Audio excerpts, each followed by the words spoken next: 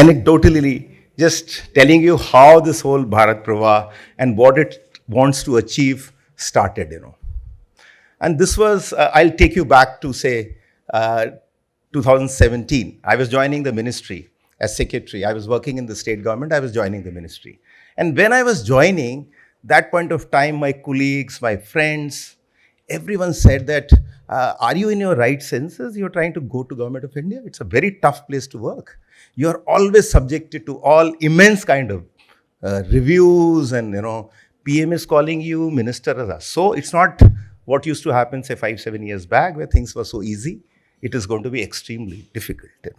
So please be sure that you want to live a very cushy kind of, existence in a state, and then go to Government of India and fall into a huge rigmarole.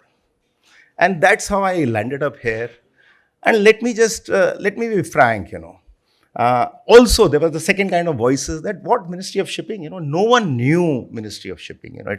It's a people say, what a demotion, So going to a place no one knows, what do they do, what they don't do. It's a very hidden kind of ministry. So what is the use of going to that? People still perceive, going to a very high-fly ministry. There are a large number, let me also not name them, So that was the perception. I came to Government of India as secretary. And then I saw actually what is happening. This perception gets formed out of the fact that this ministry is essentially a business-to-business ministry. We deal largely with businesses. Very little connect with the general public, with the public at large. And governments are so tuned to be, public-centric. They are extremely glued to issues which are ease of, living. And PM always talks of things like ease of living, how to make life easy for public. That is refrain all the time. And the ministry also, I was, when I came, I found was transforming. It's trying to, create waterways, because waterways are something which do touch you from all around, people from all around. But still that is only cargo, It's not people, it's not public transport, Sagarmala. So in various ways, the ministry is also trying to see how they can become people-centric. And a minister like Mr. Sonowal, he's a chief minister, such a famous chief minister and such a well-known chief minister, so people-centric, So now he came, And obviously, the organizers here, the IGPP, they would have approached him. And he being, what he is, he would have said, please create something where we can take the message of the ministry right down to everyone, right down to the public. And that's how I think so the journey started. And that's the time they approached me. So I said, right, that seems to be a very good idea. I also felt the same way when I joined that, it's too far removed from people. It's a business-oriented ministry, People don't know. So that's a very good objective first. That's one extreme of the entire, gamut of governance, So good. But then I said that we should also create a very technical space for ourselves, We do not have a system of any recognition, benchmarking our ports and terminals internationally. What to talk of international benchmarking? We don't have a system of benchmarking within our own country. There is no system of recognition. There is no system of award giving. There is no system of knowing whether our ports are within organizations. I'm sure, Adani's and JM Bakshis, JSWs, DP Worlds, they're all trying to, see that they can become efficient, but not through competition and through, competition maybe surely business-wise, but not in hard facts, That's what the feeling was. And then we discussed with a lot of people. And this idea emerged that let us work in two extremes. One is extremely people-oriented, and the other is be extremely technical. And try to create a space, a very intellectually technical space, where we can assess the entire sector. We'll start with ports and then slowly move on to other places. So today, the next phase, I would say, moving forward, there are three things that are going to happen. We are going to announce a program, audio-visual kind of program that this organization is going to take, Bharat Pravah is going to take. Second is about reaching out to the schools through a various process of competition and various things. And thirdly is this whole new concept, a new paradigm in our efficiency, seeking efficiency for ports by institution of Bharat Pravah award. So these are the three main objectives that we are going to move forward with.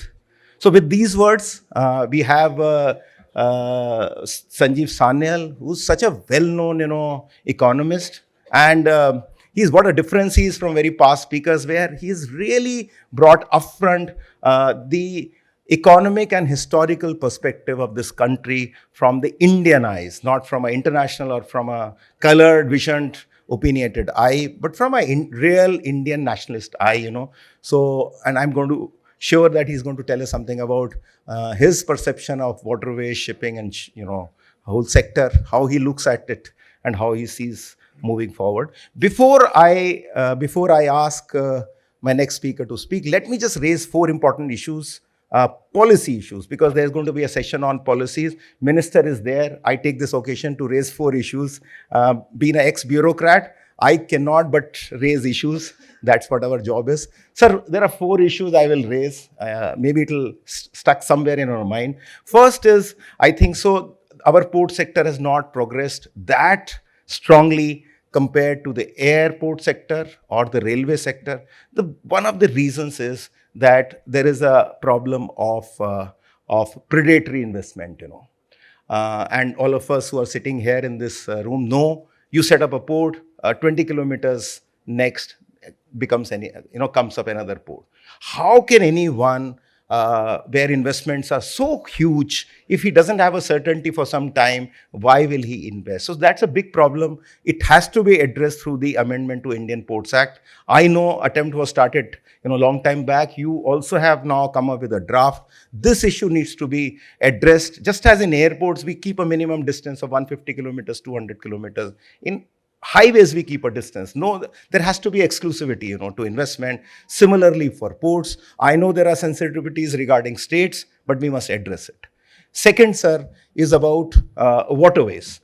We have a very good national waterway, one which connects India and Bangladesh. I think so we must increase the protocol route right up till Banaras. You have created such a buzz in the industry by having this Ganga, this cruise we started yesterday, PM, flagged off yesterday, day before yesterday. So we must allow Bangladeshi ships up to Bangladesh, meaning that the protocol route must get extended to Banaras. Only then waterways will be very vibrant.